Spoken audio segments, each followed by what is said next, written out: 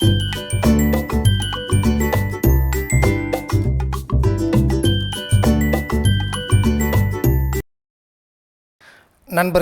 இன்றைய நியூஸ் இந்த வீடியோவில் தற்போது ஒரு முக்கிய செய்தி இணைக்கப்படுகிறது. நண்பர்களே, அதாவது இந்திய அரசானது மினிஸ்ட்ரி ஆஃப் எக்ஸ்டர்னல் அஃபேர்ஸ் துறையிலிருந்து மாலத்தீவு நாட்டைச் சேர்ந்த தூதர் அவர்களை அழைத்து நமது அரசு அவர்களிடம் பேசியுள்ளது. ஆனால் என்ன பேசப்பட்டது, என்ன அறிவுரைகள் வழங்கப்பட்டன, என்ன கண்டனம் தெரிவிக்கப்பட்டன என்ற விவரங்கள் எதுவுமே இதுவரை வெளியிடப்படவில்லை. இதற்கு டிட் ஃபார் டேட் என்ற வகையில் இதற்கு பதிலடி கொடுக்கும் வகையில் மாலத்தீவு அரசானது நமது நாட்டு தூதர் அங்கு உள்ளவரை அழைத்து அவர்களும் நம்ம நாட்டு தூதர் அவர்களிடம் பேசியுள்ளார்கள். அங்கு என்ன பேசினார்கள் என்ற விவரமும் இதுவரை வெளியிடப்படவில்லை நண்பர்களே. ஆகவே மாலத்தீவு நாடானது ஏற்கனவே வெளியிட்ட வீடியோவில் கூறியுள்ளவாறு அது இந்தியாவை எதிர்க்கும் வகையில் உள்ளது நண்பர்களே. ஆகவே இது எங்கு போய் முடியப் போகுது என்று தெரியவில்லை. ஏற்கனவே இவ்வாறு நமது இந்தியாவை எதிர்த்துத்தான் ஸ்ரீலங்கா அரசு பல வகையிலும் கஷ்டப்பட்டு கடைசியில் இந்தியாவிடம் வந்து கெஞ்சி தற்போது இந்தியாவிடம் வேண்டிய உதவிகளை கேட்டு பெற்று கொண்டிருக்கிறது. அதே போன்று இந்த மாலத்தீவு நாடானது நம்ம இந்தியாவை எதிர்த்து கொண்டிருக்கிறது. நண்பர்களே, மாலத்தீவு நாட்டினை பற்றி நாம் கடந்த 2 வீடியோக்களிலும் பார்த்து வருகிறோம். இந்த முகமது மியூசி என்பவர் அரசியலில் முதிர்ச்சி இல்லாதவர் என்பது நமக்கு நன்றாகவே தெரிந்தது. நண்பர்களே, மொத்தம் 97 உறுப்பினர்கள் அங்குள்ள மஜ்லிஸ் என்று சொல்லக்கூடிய பார்லமெண்டத்தில் இருந்தார்கள். தற்போது அது 151 மெம்பர்களாக உள்ளனர். இவர்களை வளைத்து அவர்களுக்கு கையூட்டு கொடுப்பது சைனாவிற்கு மிக பெரிய வேலை இல்லை நண்பர்களே. இவர்கள் அந்த நாட்டு மக்களிடம் இல்லாத பொய்களை எல்லாம் சொல்லி ஜெயித்து வந்துள்ளார்கள். இவர்கள் முழுவதுமே சைனாவின் கட்டுப்பாட்டில் இயங்குகிறார்கள். லட்சத்தீவிற்கு சென்று அங்கே நமது நாட்டின் தீவுகள் எவ்வாறு உள்ளன, அங்கு வாருங்கள் என்பதனை உலகத்திற்கு எடுத்துக்காட்டிய நமது பிரதமரை அவர்கள் மிக இழிவாக அந்த நாட்டின் டெப்டி மினிஸ்டர் ஒருவர் சியூனா என்பவர் நம்முடைய பிரதமர் அவர்களை மிக இழிவாக வார்த்தைகளை கூறி பேசியுள்ளார். இது மிக மிக கண்டிக்கத்தக்கது என நமது இந்திய அரசு மாலத்தீவு அரசு அதிகாரிகளை சந்தித்து மிக பலமான எதிர்ப்பை தெரிவித்துள்ளது. நண்பர்களே, முன்னாள் பிரசிடென்ட் முகமது நசீத் என்பவர் மிக மிக கடுமையாக அங்குள்ள அரசை சாடியுள்ளார். அவர் கூறுகையில், இந்தியா நமது முக்கியமான நட்பு நாடு. அந்த நாட்டின் மூலமே நாம் பலவிதமான வளர்ச்சிகளை பெற்று வந்துள்ளோம். அந்த நாட்டின் மூலமே நாம் நம்ம நாட்டினை பாதுகாத்து வருகிறோம். இவ்வாறு இருக்கையில் ஒரு நட்பு நாடினை இவ்வாறு பேசுவது மிக மிக கண்டிக்கத்தக்க என அவர் கூறியுள்ளார். இதற்கு முன்னாடி இருந்த அதிபர் இப்ராஹிம் முகமது சோலிக் என்பவர் மிகவும் கடுமையாக மியூசி அரசை சாடியுள்ளார். இந்தியா நமக்கு பல வழிகளில் நன்மை செய்துள்ளது. அந்த நாட்டின் கோபத்தை சம்பாதித்து கொள்ளக்கூடாது என மியூசி அரசிற்கு அவர் மிக கடுமையான எச்சரிக்கை விடுத்துள்ளார். நண்பர்களே, திரு முகமது இப்ராஹிம் சோலிக் என்பவர் நமது இந்திய நாட்டின் ஆதரவு பெற்று அங்கு ஆட்சி செய்து வந்தார். அவர்தான் இந்த எலெக்ஷனில் தோற்ற பின்பு முகமது மியூசி அவர்கள் அங்கே பிரசிடண்டாக வந்துள்ளார். இப்ராஹிம் முகமது சோலிக் அவருக்கு முன்பாக முகமது யமீன் என்பவர் பிரசிடண்டாக இருந்தார். அவர் சைனாவிடம் சென்று ஏராளமான உதவிகளை பெற்று அங்குள்ள பணத்தை எல்லாம் கொள்ளையடித்து அவர் நாட்டின் வளர்ச்சியை கெடுத்து விட்டார் என்ற ஒரு அர்த்தத்தில் ஏராளமான ஊழல்களை செய்துவிட்டார் முகமது யாமீன் என்பவர் என்றதன் அடிப்படையில் அந்த நாட்டின் கோர்ட்டானது அவருக்கு 11 ஆண்டுகள் சிறை தண்டனை விதித்தது. ஆகவே அவர் எலெக்ஷனில் நிற்க முடியவில்லை. இது அந்த நாட்டு மக்களுக்கு நன்றாக தெரியும் அல்லவா. அவ்வாறு இருக்கையில் முகமது யாமீன் அவர்கள் ஆதரவு பெற்ற இந்த முகமது மியூசி அவர்கள் இந்த எலெக்ஷனில் ஜெயித்து வருகிறார் என்றால் இதற்கான காரணம் அந்த நாட்டு மக்களிடம்தான் நாம் கேட்க வேண்டும். ஏனென்றால் ஏற்கனவே கொள்ளையடித்து ஒரு நபர் ஜெயிலில் இருக்கிறார், முகமது யாமீன் என்பவர். அவர் ஆதரவளித்த இந்த முகமது மியூசி அவர்கள் ஜெயித்து வருவதற்கு அந்த நாட்டு மக்கள் உதவி செய்கிறார்கள் என்றால் ஆகவே ஊழலை வளர்ப்பதற்கு அந்த நாடு ஆதரிக்கின்றதா? ஆக பலவிதமான ஊழலை செய்த முகமது யாமீன் அவர்கள் ஆதரித்த முகமது மியூசி அவர்கள் பிரசிடண்டாக இருக்கக்கூடிய இந்த காலகட்டத்தில் அவர் சைனாவின் ஆதரவை மறுபடியும் பெறுகிறார். ஆகவே இவர்கள் எந்த விதத்தில் இந்தியாவிற்கு ஈடாவார்கள்? இந்தியா ஒரு மிசைல் அனுப்பினார், ஆனால் இந்தியா அவ்வாறு செய்யாது. இந்தியா மற்ற நாடுகளோட நட்புறவை வளர்க்கக்கூடிய ஒரு நாடு. ஆகவே நமக்கு நன்றாக தெரிவது நண்பர்களே, தற்போது மாலத்தீவில் பிரச்சனைகள் ஆரம்பித்து விட்டன. நமது நாட்டு மக்கள் மிக கடுமையான எதிர்ப்பை சோசியல் மீடியாக்களில் தெரிவித்து வருகின்றனர். மாலத்தீவிற்கு செல்வதை நாம் நிறுத்தி கொள்ள வேண்டும், அங்கு டூரிசம் செல்வதை நிறுத்தி கொள்ள வேண்டும் என்றெல்லாம் பலவிதமான கருத்துக்கள் மீடியாக்களில் வெளிவந்து கொண்டிருக்கின்றன. உண்மைதான். நமது நாட்டில் எண்ண முடியாத அளவிற்கு அழகான தீவுகள் இருக்கும்போது அங்கெல்லாம் செல்லாமல் மாலத்தீவு நாட்டிற்கு சென்று பெயருக்காக புகழுக்காக அங்கே சென்று வருவது அவ்வளவு நல்லதாக தெரியவில்லை நண்பர்களே. நாம் நம்ம நாட்டு தீவுகளுக்கு சென்று அங்குள்ள மக்கள் வளர்வதற்கான வாய்ப்பை ஏற்படுத்தினால்தான் இந்த மாலத்தீவு போன்ற நாடுகளுக்கு நாம் ஒரு படிப்பினை தர முடியும் நண்பர்களே. ஆகவே மிக விரைவில் இந்த மாலத்தீவு மக்களும் இந்த மாலத்தீவு ஆட்சி செய்கின்ற முகமது முய்சி அவர்களின் தலைமையிலான அரசும் மிக அதிகமாக சிரமப்பட போகிறது, கஷ்டப்பட போகிறது என்பது தற்போது நடக்கக்கூடிய இந்த செயல்களிலிருந்து நன்றாக தெரிகிறது நண்பர்களே. மாலத்தீவு பிரச்சனை சம்பந்தமாக ஈஸ் மை ட்ரிப் என்று சொல்லக்கூடிய ஆன்லைன் புக்கிங் நிறுவனமானது மாலத்தீவு நாட்டிற்கு செல்வதற்காக பதிவு செய்த அனைத்து டிக்கெட்டுகளையும் கேன்சல் செய்துள்ளதாக தகவல்கள் தெரிவிக்கின்றன நண்பர்களே. இந்த நிறுவனமானது ஈஸ் மை ட்ரிப் என்று சொல்லக்கூடிய இந்த நிறுவனமானது இந்திய அரசுக்கு சப்போர்ட்டாக அங்கே செல்லக்கூடிய அனைத்து டிக்கெட்டுகளையும் கேன்சல் செய்துள்ளது. இதே போன்று சல்மான் கான் போன்ற இந்திய நடிகர்கள் எல்லாமே மாலத்தீவு செல்வதை நாம் தவிர்க்க வேண்டும், வாருங்கள் நாம் லட்சத்தீவிற்கு செல்லலாம் என்ற ஒரு கோரிக்கையை விடுத்து அங்கு நடிகர்கள் அனைவருமே செல்வதற்காக ஒரு முயற்சியை எடுத்து வருகிறார்கள். அதே போன்று கிரிக்கெட் குழுவை சேர்ந்த நமது இந்திய உறுப்பினர்கள் அனைவருமே நமது இந்திய அரசுக்கு சார்பாக பேசி வருகின்றார்கள். ஆகவே இந்த மாலத்தீவு அரசானது தற்போது இந்த பிரச்சனையில் ஈடுபட்ட 3 அமைச்சர்களையும் இந்த கருத்தை வெளியிடுவதற்கு காரணமாக இருந்த அரசு அதிகாரிகளையுமே முகமது முய்சி அரசானது சஸ்பெண்ட் செய்துள்ளது. ஆகவே நண்பர்களே, நமது அரசானது மற்றும் இந்திய மக்கள் அனைவருமே மாலத்தீவிற்கு எதிராக தங்களது கருத்துக்களை தெரிவித்து வருகிறார்கள். நண்பர்களே, நம்மிடம் C-130 என்று சொல்லக்கூடிய டிரான்ஸ்போர்ட் ஏர்கிராஃப்ட் உள்ளது. இந்த டிரான்ஸ்போர்ட் ஏர்கிராஃப்ட் ஆனது லாக்ஹீட் மார்ட்டின் நிறுவனத்தால் தயாரிக்கப்பட்ட இந்த டிரான்ஸ்போர்ட் ஏர்கிராஃப்ட் ஆனது நமது விமானப்படையால் பயன்படுத்தப்பட்டு வருகிறது. C-130 டிரான்ஸ்போர்ட் ஏர்கிராஃப்டினை நமது விமானப்படை மிக திறமையாக செயல்படுத்தி வருகிறது நண்பர்களே. அதாவது இமாலய பகுதியில் ஜம்மு அண்ட் காஷ்மீர் பகுதியில் உள்ள கார்கில் என்ற இடத்தில் இந்த விமானத்தினை இரவில் வெளிச்சமே இல்லாத மிக கடுமையான காற்று அடிக்கக்கூடிய மிக உயரமான மலைகள் உள்ள அந்த இடத்தில் அமைந்துள்ள இராணுவ ஓடுதளத்தில் இந்த விமானத்தினை இரவு நேரத்தில் இறக்கியுள்ளனர் நண்பர்களே. நமது விமானிகளின் அதிகபட்ச திறமையை இது எடுத்துக்காட்டுவதாக பத்திரிகைகள் எழுதி வருகின்றன நண்பர்களே. கார்கில் பகுதியில் உயரமான குன்றுகள் இருக்கும், அங்கு வெளிச்சமே இருக்காது இரவு நேரத்தில். அந்த நேரத்தில் நமது விமானிகள் மிக திறமையாக இந்த டிரான்ஸ்போர்ட் ஏர்கிராஃப்டினை அந்த ஓடுபாதையில் தரையிறக்கியுள்ளனர். இதுபோன்று இதே விமானத்தினை C-130 விமானத்தினை ஏற்கனவே உத்தரகாண்ட் பகுதியில் ஒரு டனல் அமைத்து கொண்டிருக்கும் போது அங்கு நமது கன்ஸ்ட்ரக்ஷன் ஒர்க்கர்ஸ் அந்த டனலில் மாட்டிக்கொண்டார்கள். அவர்களை காப்பாற்றுவதற்காக 22 மெட்ரிக் டன் எடையுள்ள மெஷினரிகளை ஏற்றிக்கொண்டு இந்த விமானமானது இரவு நேரத்தில் மிக மோசமான ஓடுதளம் உள்ள அந்த பாதையில் இறக்கி வெற்றிகரமாக தனது சாதனையை காட்டியுள்ளது நண்பர்களே.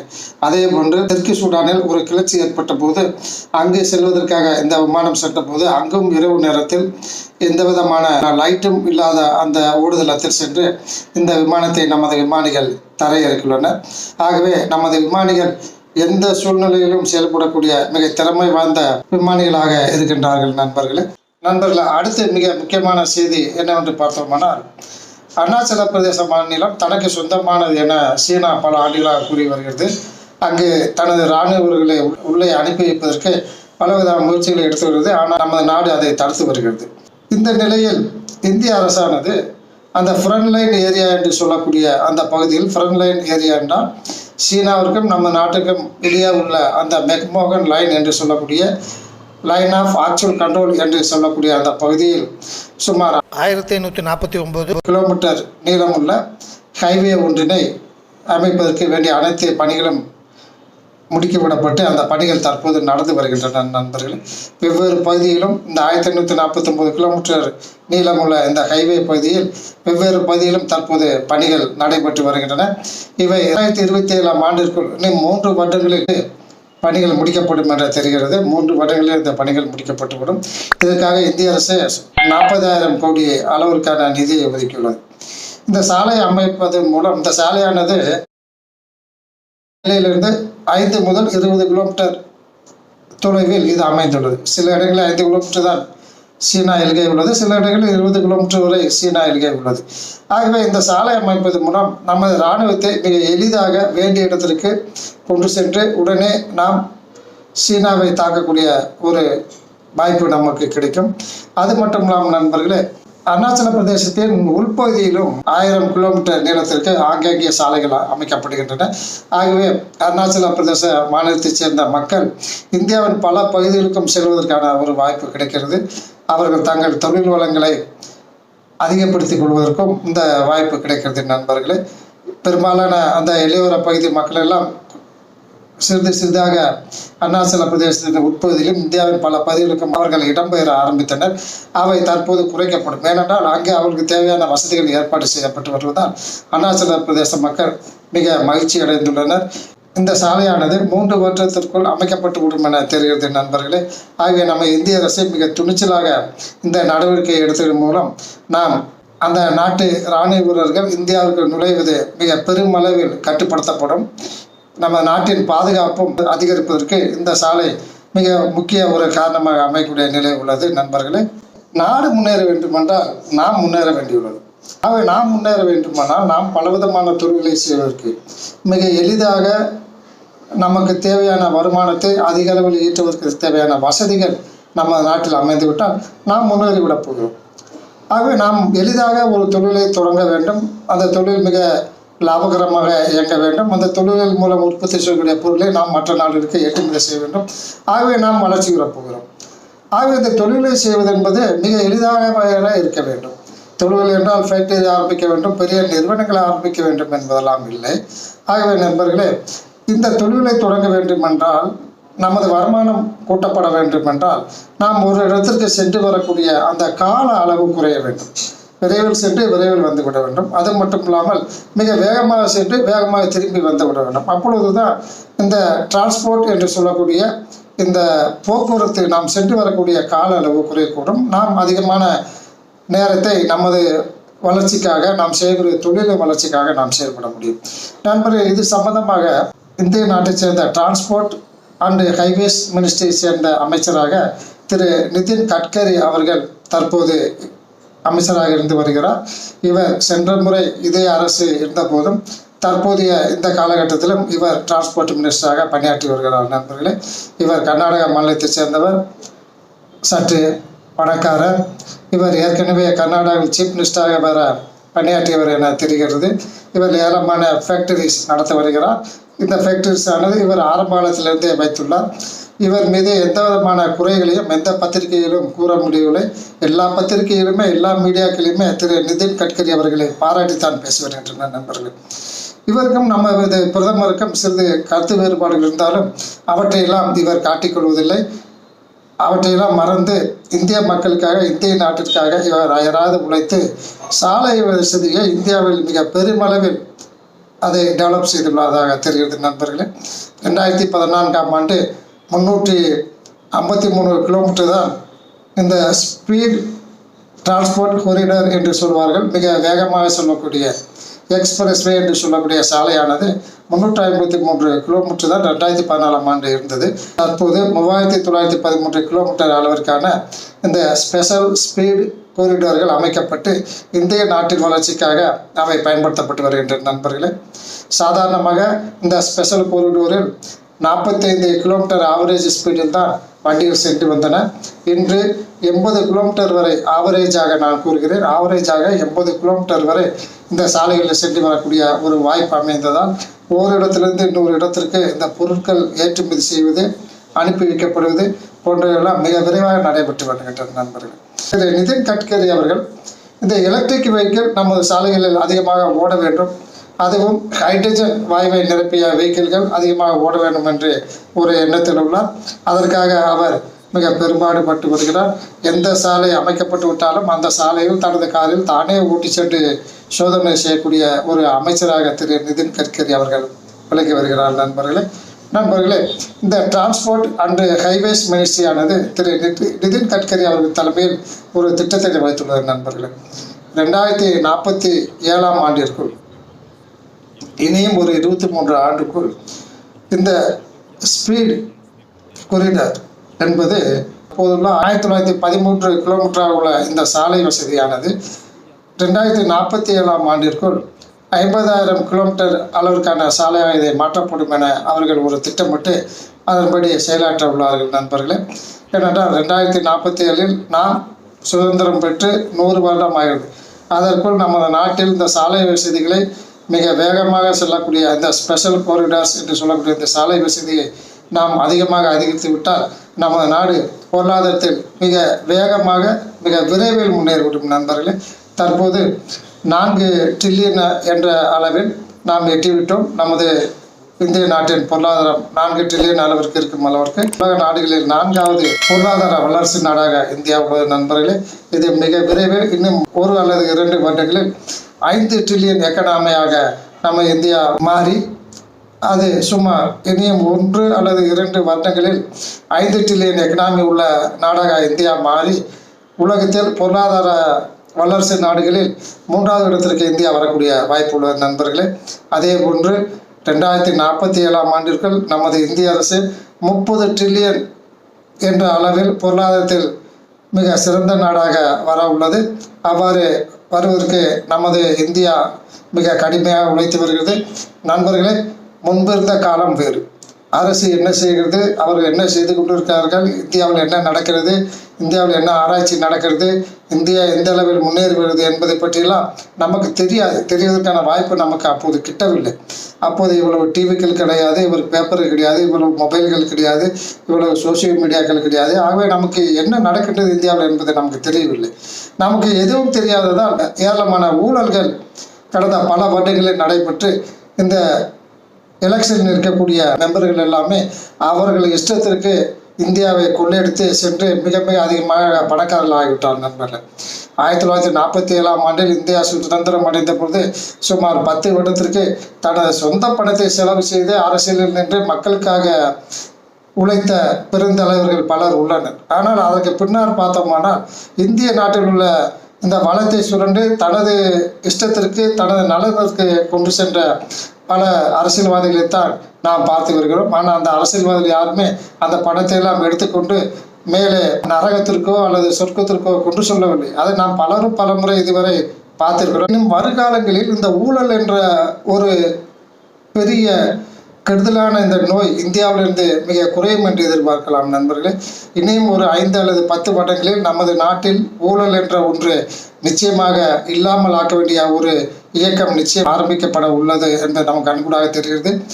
தமிழ்நாட்டிலும் ஒரு சில மாநிலங்களிலும் இந்திய அளவிலும் ஊழல்கள் இல்லாத ஆட்சியை நடத்தக்கூடிய அரசியல்வாதிகளும் உள்ளார்கள். ஆகவே எல்லா அரசியல்வாதிகளையும் குறை கூறிவிட முடியாது. ஆகவே இந்த அரசியல்வாதிகள் ஊழலற்ற அரசியல்வாதிகளாக, அதிகாரிகள் ஊழலற்ற அதிகாரிகளாக மாறிவிட்டால் நமது நாடு எந்த நாட்டையும் எதிர்பார்க்க வேண்டியது மிக வேகமாக பொருளாதாரத்தில் முன்னேறிவிடும். பொருளாதாரத்தில் முன்னேறிவிட்டால் என்ன அர்த்தம்? நாம் அனைவருமே பணக்காரர்களாக ஆகிவிடுகிறோம் என்று அர்த்தம். ஏனென்றால் நாடு முன்னேற முன்னேற நமது உழைப்பிற்கு நமது வளர்ச்சிக்கு தேவையான வசதிகள் தானாக அமையும். அந்த வசதிகளை நாம் நிச்சயம் பயன்படுத்தத்தான் போகிறோம். தற்போது நமது நண்பர் ஒருவர் ஒரு பெரிய ஹோட்டல் ஒன்றினை ஆரம்பிக்க உள்ளார் என்றால் அவருக்கு தேவையான நிதி வேண்டும், அவருக்கு தேவையான இடம், ஹோட்டல் அமைப்பதற்கு தேவையான இடம் மிக குறைந்த சேவையில் கிடைக்க வேண்டும். எப்போது கிடைக்கும்?